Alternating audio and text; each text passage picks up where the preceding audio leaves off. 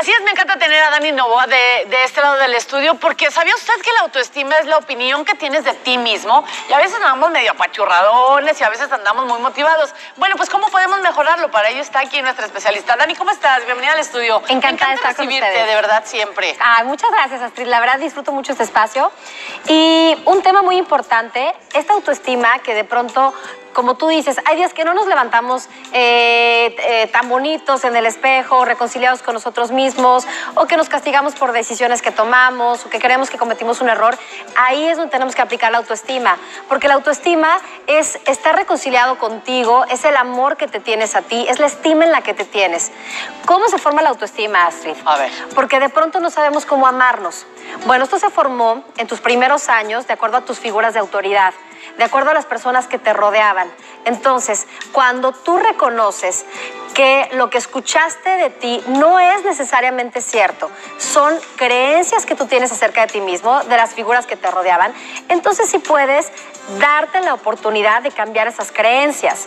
Pero imagínate que en su momento tu mamá te dijera, es que no haces las cosas tan bien, ¿no? Es que no eres tan buena o no eres tan bueno. Ok, ahorita eres un adulto y ya puedes cambiar la forma de tratarte. Ya no necesitas hablarte con esa misma voz que te hablaban. Ya no necesitas... Hay personas que creen que solo van a crecer o aprender si se hablan mal y se maltratan.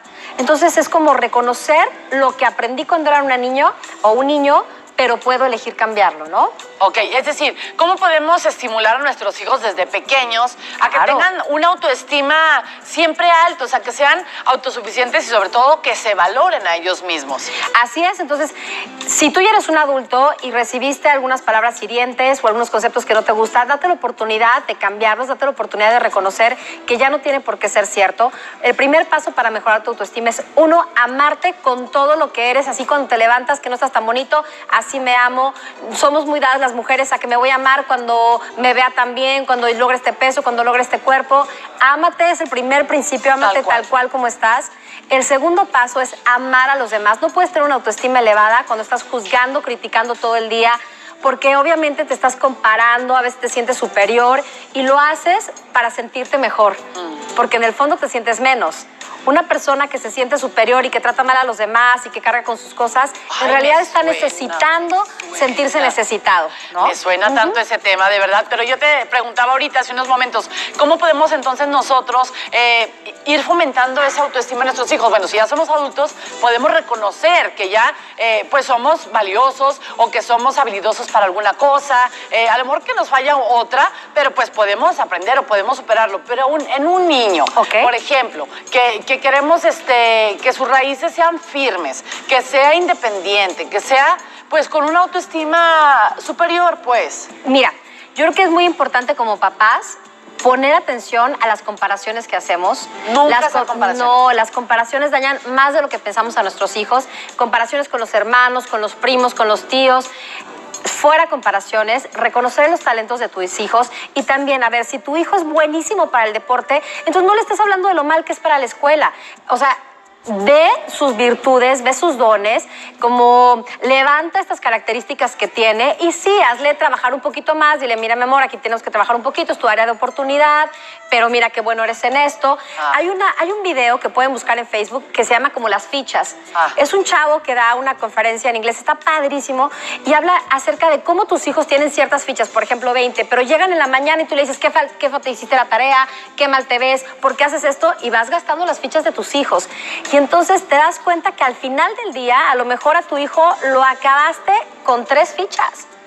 De todos los comentarios hirientes que le hiciste, de todas las miradas, hay que ponernos atención. La verdad, papás, yo sé que a veces estamos de malas, yo sé que a veces no tenemos muy buenos días, pero hay que saber volver a nuestro centro porque ellos son los primeros receptáculos de todo lo que tenemos y no se vale porque dañar la autoestima de alguien, ¿en qué termina? En relaciones abusivas, en que las personas no puedan concretar sus sueños ni sus proyectos, que no puedan pedir lo que necesitan ni lo que desean, que no sientan que tienen la fuerza y que crean que valen menos. Perfecto, es un maravilloso tema que pueden explayar al máximo. Pero danos algún teléfono de contacto, por favor, Dani. Claro que sí, es 871-178-7557. Mándenme mejor mensajito porque casi nunca puedo contestar porque estoy ocupada, pero un mensajito con muchísimo gusto lo respondo.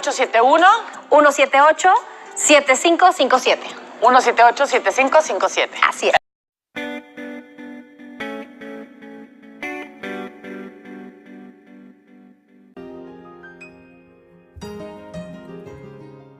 what it all comes down to, what the entire purpose of this series is basically our ability to work better and work more effectively with kids.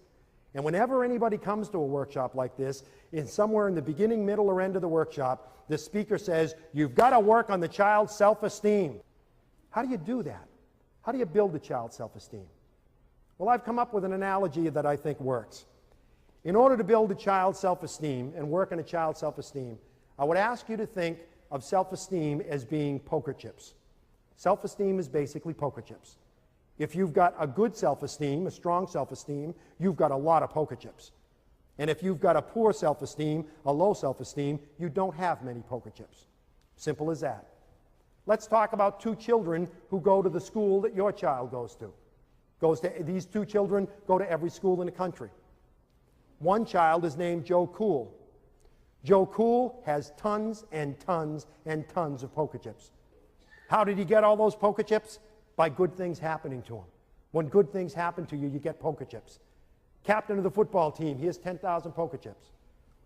Voted king of the homecoming dance, he has 15,000 poker chips. Get your picture in a paper for scoring the winning touchdown, he has 12,000 poker chips. This kid's got millions and millions of poker chips. He's had a charmed life, God bless him. He feels great about himself, and he should. Now, you also lose poker chips when bad things happen to you. You go to the prom, Joe Cool goes to the prom with the best-looking girl on campus, 20,000 poker chips. Prom night comes, he's got a pimple on the end of his nose. He loses 3,000 poker chips, but he still has a net gain of 17,000 poker chips. He's still 17,000 poker chips ahead. And this kid goes to school every day with his baskets and bags full of poker chips. And sitting next to him is Larry, the learning disabled kid. Larry, the learning disabled kid, has poker chips like this. This is it. This is all he's ever gotten. Never been voted captain of anything. Didn't go to the prom. Never been on a team. Never got on 100 in a test. Didn't blow the top off his SATs. Didn't even take his SATs. He's got a stack of poker chips like this. And now with the inclusion movement, we make those two kids go to school together and compete against each other in the games of school. I would submit to you that that's not fair. I would submit that that's not fair. Anybody play poker here? Do we have any poker players here? Sir, Chris, could you join me up here? Would you mind? Suppose, Chris, I were to ask you if you wanted to play poker. And I said, Chris, here's basically the deal. You're going to have this many poker chips, okay? I'm going to have, here you go, I'm going to have all the poker chips in the Western world. I have basically 10 million poker chips back there. I'm going to play poker against you. What would be your first response? Would you want to play? I don't think so. Okay, his first response would be, I don't want to play. What do we think the learning disabled kid is saying to us when he says, I don't want to go to school today, Ma? Don't make me go. I got one of those stomach aches again, Ma. Don't make me go. Please don't make me go to school today. What's he saying to you? He's saying, I don't have enough chips to get in the game. I don't have enough chips. Don't make me play this game. But we say to him, you got to play. The law says you've got to play. You've got to go to school. So I say to you, Chris, you've got to play poker with me. You're going to have that many chips, and I have bundles and bundles of chips back there. How would you play, Chris? Would you play conservatively, or would you play recklessly? Probably reckless. Probably recklessly. He would be one of those that would say, I'll bet the whole thing. I don't care. That's what the learning disabled kid that's what the learning disabled kid says when he says, sure, I can walk along the edge of that building. Sure, I can try dope. Sure, I can join a group, a gang. Sure, I can do that. In other words, I'm just going to be spontaneous and do anything. I'm just going to bet the whole thing. I don't care. I'll just bet the whole thing. Would any of you play conservatively? Yeah, some people are saying, I play conservatively. I just bet one chip at a time. That's what the kid with a learning disability is saying to you when he says, no, I don't want to ask anybody to the dance. Don't ask me to, Ma. I don't want to put anything in the science fair. I don't want to go to summer school. I'm going to take the chips that I've got, and I'm going to hold on tight to those, and I'm not going to let these go. And in school, we make these two kids play the game of school against each other, and I would submit to you that that's not fair. So in class, the first day we're in class one day, and the teacher says, who was the president of the United States during the Civil War? And Joe Cool's sitting there, and he's saying, I think it was Calvin Coolidge, but I'm not sure. Well, what the heck? I've got 10 million poker chips. If I get this answer wrong, it's only going to cost me 5. Was it Calvin Coolidge? Teacher says, no. Larry, the learning disabled kid, is sitting there, and he's looking at this little stack of poker chips. He's got 25 poker chips to his name. And he's thinking, I think the answer is Abraham Lincoln. I think the answer is Abraham Lincoln, but I just don't dare answer. I don't dare respond because I have another game I've got to play at lunch. You see, yesterday when I went to lunch, I gave the lunch lady, the one with the hairnet and the tattoo, I gave the lunch lady a $20 bill, and she only gave me change for a 10. And my father said, don't you come back without that extra $10. You go to that lady and you tell her she gave you the wrong change. And he's thinking, that's going to take me 25 chips. It's going to take 25 chips for me to go and ask that lady for my money back. So I don't dare play in this game, because if I lose the chips, I won't have enough to play in the game I've got to play at lunch. And the teacher says, the right answer is Abraham Lincoln. And Larry goes, oh, I should have done it. I should have done it. The reality is that the self-esteem of our kids, the problem with the self-esteem of our kids is they just don't have enough poker chips. The solution is to give them poker chips. How do you give kids poker chips? How do you build their self-esteem? One is, you find, if you're a parent or you're a teacher, you find the island, what Bob Brooks calls the island of competence. You find the one thing that child can do well, and you make a big deal out of that. You celebrate that. You make that very important. If you're a mom and the only thing your child knows how to do is use a Phillips head screwdriver, every Thursday before he gets off the bus, you loosen every bloody screw in the house. And when he gets off the bus, you give him the screwdriver and you say, go to it, pal, because nobody does it like you. You got to be a talent scout. You got to find things he does well. You got to find, because every time you praise a child, every time you say, that was a good job, you're giving him poker chips. Parenting is pretty simple. Being a teacher is pretty simple. It all comes down to this. Your job is to make sure that every child you deal with has more poker chips when he goes to bed that night than he or she had when they got up in the morning. That's it. It's that simple. And how do you make sure they have poker chips? You give as many poker chips as possible. Secondly, you take away only as many poker chips as necessary. Please listen to me, dads, because we dads are real good at this. Let's say that Chris is my son. And Chris is sitting in class, sitting at the dinner table. Want to cup your hands like that for me, Chris? Chris is sitting at the dinner table, and he's got that many poker chips. He's got that many chips. And we're sitting at the dinner table, and Chris spills his milk. And I say, you know, Chris, sometimes you make me sick. You know, do you get up at 5 o'clock in the morning and say, how can I spoil Dad's day? Is that what your problem is? You're the only one in the family who does this. Sometimes I even wonder why we have you in this family. Go to your room. And he goes up to his room. And the rest of the family's sitting there, oh boy, oh boy. And I sit there and I think, oh boy, that was pretty rough. It was pretty rough on old Chris. That's pretty tough on Chris. I wasn't really mad at Chris. I was mad at my secretary. So I should go apologize to him. So I go up and I sit in the edge of Chris's bed and I stroke his hair and I say, gee, Chris, I'm sorry, pal. I shouldn't have yelled at you that way. I shouldn't have yelled at you that way. That was wrong. That won't happen again. Sorry, Dad. Sorry, Dad. Yelling at him in front of the family, telling him you wish he wasn't in the family, asking him if he plans how to spoil your day, telling him you're basically sick of seeing him when you come home from work. You took away 50, 60,000 poker chips from him. Sit in the edge of his bed, stroke his hair, tell him you love him, 5,000 poker chips at the most. You're still 55,000 poker chips behind the 8 ball. You can't do that with our kids. You can't take away those massive number of poker chips without realizing that you're making your job as a parent much tougher. And lastly, you got to give as many as you can. Take away only what's necessary. And lastly, you've got to be willing to go to the mat with people who take poker chips away from your child and not give any back. Teachers take away chips.